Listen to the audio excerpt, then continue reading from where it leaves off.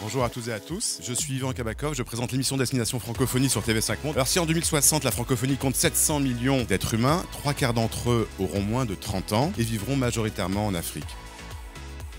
Mais notre ouverture à la société civile n'a de sens que si nous nous tournons vers la jeunesse. C'est en effet avec vous qu'il nous faut renforcer la francophonie d'aujourd'hui et construire la francophonie de demain. Dès lors qu'on parle de jeunesse et de francophonie, eh bien vous savez, je réponds présent. Et aujourd'hui, on a besoin d'une francophonie citoyenne, engagée. Comment pouvons-nous prétendre apprendre une langue sans la parler? Et finalement, nous-mêmes, en tant que Français, ne sommes-nous pas étrangers de notre propre langue? Je pense que c'est important vraiment de parler des jeunesses du coup et pas de la jeunesse parce que l'union fait la force. Et je pense que c'est cette créativité que vous allez chercher pour porter la francophonie et le plurilinguisme. Tout seul on va plus vite, ensemble on va plus loin. Avant de promouvoir un français institutionnel, il faut promouvoir le français comme on le parle. Et pour le parler, il faut le vivre. Et donc rien de tel que rejoindre les jeunes ambassadeurs francophones pour donner sa vision de la langue.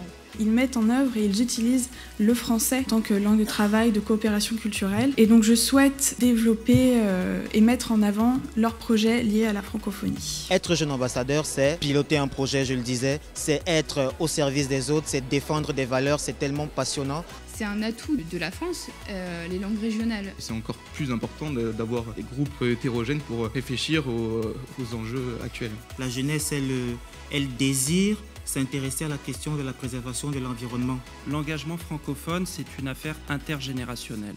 Le mouvement francophone est né grâce aux associations. C'était d'abord les Alliances françaises, c'était les écrivains de langue française, les journalistes.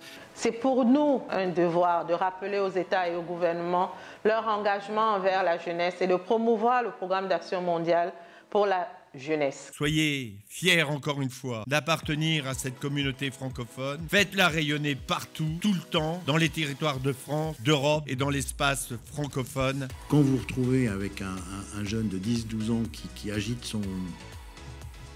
son extrait de naissance, son acte de naissance à côté de lui, ça vous prend aux tripes. Sur les 50 mandats d'un député, un jeune, un député, qui soient toujours ensemble en binôme. C'est important pour nous de vous comprendre et c'est important pour vous de nous comprendre aussi. Et quel meilleur endroit d'ailleurs que de nous réunir ici à l'Assemblée, puisque le Parlement, étymologiquement, c'est la parole. Je crois profondément aux valeurs de la francophonie. J'ai aimé l'idée d'associer les jeunes à ce projet, de faire entendre leur voix. Mon rêve, c'est 1000 jeunes ambassadeurs francophones au JO 2024. C'est un vrai succès d'avoir pu montrer que le monde francophone était à l'écoute de cette jeunesse qui ne demande qu'à participer et à s'engager dans cette citoyenneté qu'ils veulent aider à reconstruire. Merci aux intervenants d'être venus, merci à vous, jeunes ambassadeurs, et au public d'être venus ce matin à l'Assemblée nationale. Et rejoignez, bien sûr, si vous êtes jeune, le mouvement des jeunes ambassadeurs francophones.